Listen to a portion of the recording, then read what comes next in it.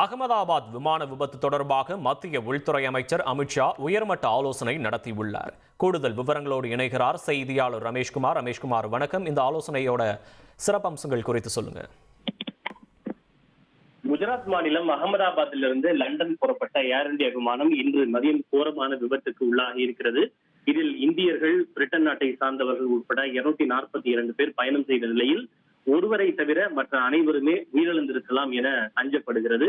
இதில் அதிர்ஷ்டவசமாக ரமேஷ் விஸ்வாஸ் குமார் என்கிற பயணி ஒருவர் மட்டும் உயிர் பிழைத்து அவர் மருத்துவமனையிலே அனுமதிக்கப்பட்டு சிகிச்சை பெற்று வருகிறார். நிலையில் பிரதமர் மோடியினுடைய உத்தரவை ஏற்று மத்திய உள்துறை அமைச்சர் அமித்ஷா விபத்து நடைபெற்ற இடத்தை நேரில் பார்வையிட்டு அதிகாரிகளோடு சற்று முன்னதாக ஆய்வு செய்திருக்கிறார். அந்த ஆய்வை முடித்த கையோடு அகமதாபாத்தில் உள்ள சிவில் மருத்துவமனையில் அனுமதிக்கப்பட்டு சிகிச்சை பெற்று வரக்கூடியவர்களை நேரில் சந்தித்து நலம் விசாரித்தார். குறிப்பாக விமான விபத்தில் உயிர் பிழைத்ததாக ஒரே ஒருவராக கருதப்படும் ரமேஷ் விஸ்வாஸ் குமாரையும் உள்துறை அமைச்சர் அமித்ஷா நேரில் சந்தித்து ஆறுதல் தெரிவித்தார். மற்றபடி அந்த மருத்துவமனையிலே அனுமதிக்கப்பட்டு சிகிச்சை பெற்று வருபவர்கள் பெரும்பாலானவர்கள் அந்த விமானம் விபத்துக்குள்ளான இடத்தில் இருந்த மருத்துவ மாணவர்கள் தான் பெரும்பாலானவர்கள் அங்கு தற்போது சிகிச்சை பெற்று வருகின்றனர். மருத்துவமனையிலே ஆய்வை முடித்த கையோடு தற்போது இந்த விமான விபத்து தொடர்பாக தற்போது உள்துறை அமைச்சர் ஒரு உயர்மட்ட ஆலோசனை கூட்டம் ஒன்றை மேற்கொண்டு வருகிறார்.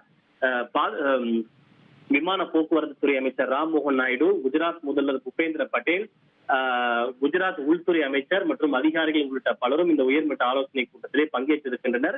மீட்பு மற்றும் நிவாரண நடவடிக்கைகள் எப்படி நடைபெற்று வருகின்றது, அடுத்த கட்டமாக உயிரிழந்தவர்களை அவர்களின் உறவினர்களுக்கு ஒப்படைக்க தேவையான நடவடிக்கைகள் எப்படி மேற்கொள்வது, விமானம் விபத்து எப்படி நடைபெற்றது என்பது குறித்தெல்லாம் இந்த உயர்மட்ட ஆலோசனை கூட்டத்திலே ஆலோசிக்கப்படுகிறது. இது ஒரு புறம் இருக்க, இந்த விபத்து நடைபெற்ற இடத்தில் நள்ளிரவை தாண்டியும் தேசிய பேரிடர் மீட்பு படையினர் அங்கு மீட்பு மற்றும் நிவாரண பணிகளை மேற்கொண்டு வருகின்றனர். குறிப்பாக இந்த இடிபாடுகளை அகற்றுவதுதான் பெரும் சவாலானதாக இருக்கிறது. காயமடைந்தவர்கள், உயிரிழந்த அனைவருடைய உடல்களும் மீட்கப்பட்டு மருத்துவமனைக்கு கொண்டு செல்லப்பட்டு விட்டாலும் அந்த இடிபாடுகளை அகற்றுவது என்பது சவாலான ஒன்றாக இருக்கிறது. ஏற்கனவே பாராமெடிக்கல் குழுவினர், அதே போல ஜேசிபி இயந்திரங்கள், கட்டர் ஆகிய இயந்திரங்களின் உதவியோடு 90க்கும் மேற்பட்ட தேசிய பேரிடர் மீட்பு படையினர் அங்கு விரைந்து சென்றிருக்கக்கூடிய சூழ்நிலையில் விவரங்களுக்கு நன்றி ரமேஷ்குமார்.